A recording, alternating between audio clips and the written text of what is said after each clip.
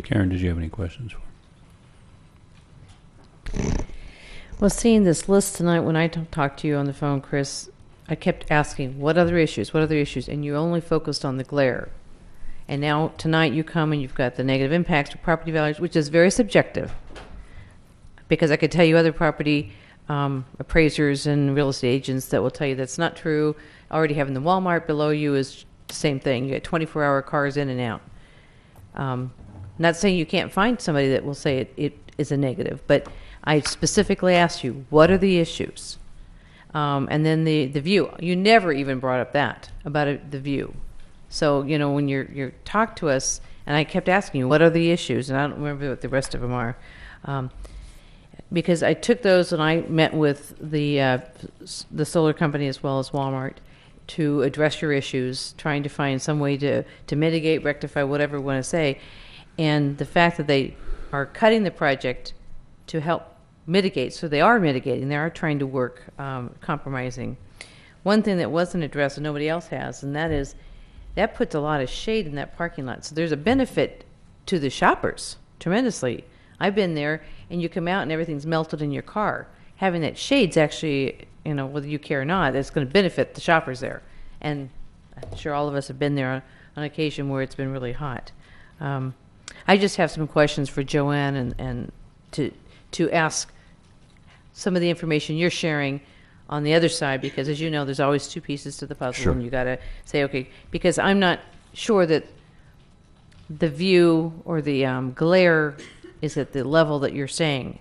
Believe me, I don't know about this, and this is a new thing, but just as Mr. Fox said, we have an obligation for the greenhouse gas, which we are by law obliged to, and so these kind of things help the city as a whole.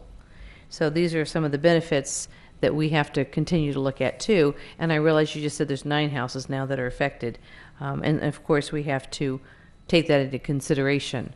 But anytime you have a property, if you don't own all of it, I mean, I live on Main Street and they just put a signal, so I have a red light in my room all the time. Well, that's not quite what I meant, but hey, come out right. Scratch that from.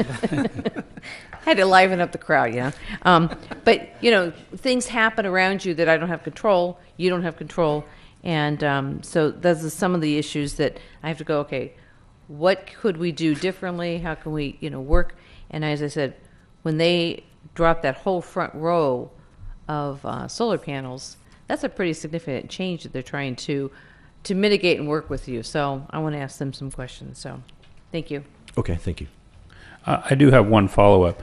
When you do mention real estate agents and appraiser, does any of that in writing? We spoke to them verbally, and so the answer is no? The answer is no. We did request a letter from one, but she did not produce it for us. Okay. There's usually a reason why they won't.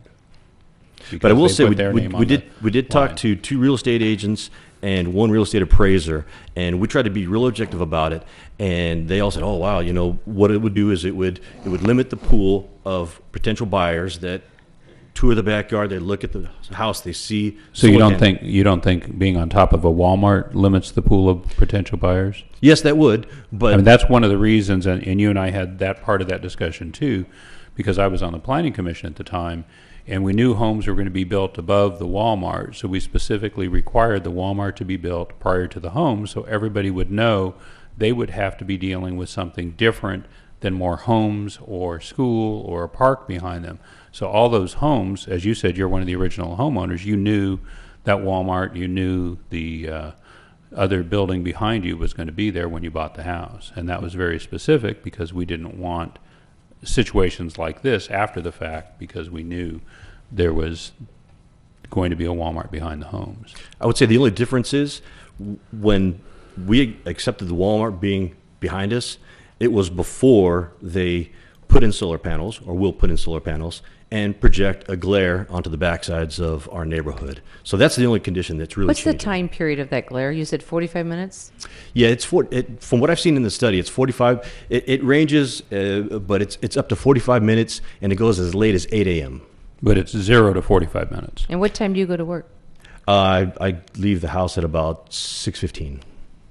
But the timing is 0 to 45 minutes, correct? Yeah, because as it starts, it'll start real slow as the sun comes up. It'll increase to about 45 minutes at about 8 a.m. But I will mention that we do have a lot of folks that are retired in our community, and so they don't go to work. They're out in the backyards in the mornings, in the afternoons, in the evenings. So even though I may not be in our backyard because I'm going to work, we do have some retired folks that do spend time in the backyard. That's fair. Okay, thank you. I do have one more real quick. I'm sorry, Mr. Mondes. Yeah, it's okay. And I asked you this before. There's already solar panels on the Walmart store, the building, and they don't produce any glare at all?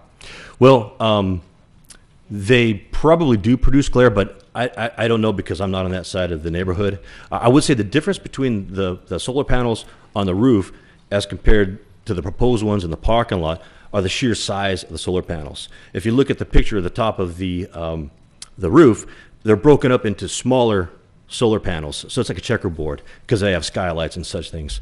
So what that does, I think, is it breaks up any type of glare that is encountered from the roof of the Walmart because of the smaller size in the checkerboard pattern of the solar panels. Well, I'm sure people get glare. And my one comment is, those are on the roof.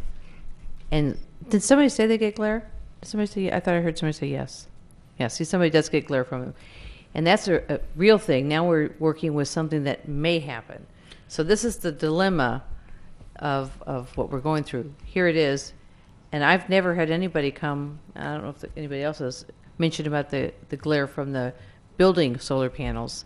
I don't care what size. You're going to get the same response. You just got a bunch of them either spread out or one big one together. I think it's going to still. And I don't know how they work with that, but they get the glare, and this is what you're thinking is going to happen. And so it's really hard for us because now you're going to stop a project that's going to benefit thousands of shoppers, that's going to benefit the city on thinking. So I think we need to look at mitigating and trying to work through that rather than saying, well, we're going to get a glare for this time, maybe. Well, I understand your point, but I would say this. If the glare study that they did says that we're going to get glare, I believe we're going to get glare. The glare study doesn't say we might get glare. It says that we're going to get glare. That's what the glare study says. If the glare study said you're not going to get glare, we probably wouldn't be here. But the glare study says that we're going to get glare. So I don't think there's a maybe or about it. I think when those things are installed during those time frames, we're going to get glare. Thank you. Okay, thanks. Next up is Alex